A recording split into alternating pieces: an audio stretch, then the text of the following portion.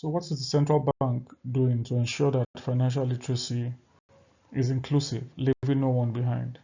First of all, it's important to understand that the subject of financial literacy is important to the government, is important to the Central Bank of Nigeria, and it has to be important to you. If it's important to the government, then you should know by now that it is because it is very critical and it makes or mars the economy of every nation. According to CBN, while many Nigerians are educated and literate, majority do not have the skills to manage banking transaction and take advantage of financial products and services that can improve their well-being. So the federal government recognized the need for a financial inclusion strategy in 2012 and launched a national financial inclusion strategy document with the aim to increase financial inclusion from 53.7%, that's a 2010 record, to 80% by 2020. So how far? So far. Central Bank of Nigeria and National Financial Inclusion Governance Committees launched new policy documents just November 2022. The essence is also to ensure that everyone is carried along and also to capture ways to improve financial technology, digital financial technology, which is now the in thing. So we have to also be on top of our game as individuals, as businesses, because if we continue with the old model, if we continue with the old path, we will be left behind. Transactions are changing, communication is changing, and we also have to change with the trend. 4 documents or policy documents were launched in November 2022. The National Financial Inclusion Strategy 3.0, which is a build-up from 2012. So there has been 1.0, 2.0, and now 3.0. There is National Financial Technology Strategy. There's the strategy for leveraging agent networks to drive women's financial inclusion.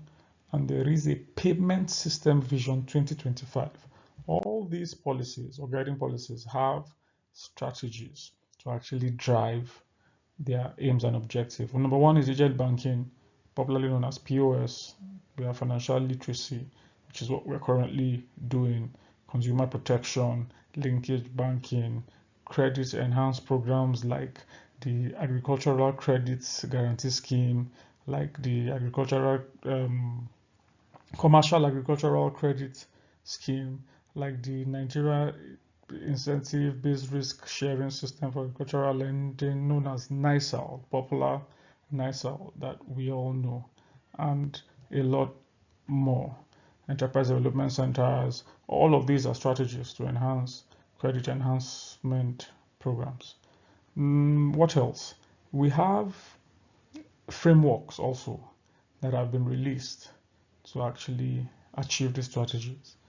Know your customer requirements, mobile money operations, MSME development fund, and agent banking. All these can be found on the CBN website. It's important to read them, familiarize yourself with them, so that you can also take advantage of financial inclusion opportunities that avail through the federal government. As I wrap up, what are the objectives of this financial inclusion strategy? Number one, to increase the level of financial inclusion in Nigeria and support the achievement of the set target. To strengthen payment system in order to accelerate the pace of digitalization. It has to be accelerated for several reasons. Like I said earlier, the world is changing, transactions are changing.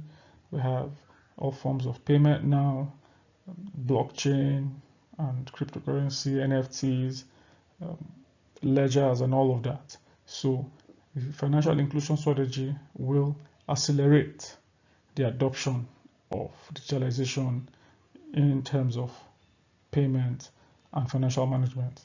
And finally, number 3, to improve efficiency of public expenditure.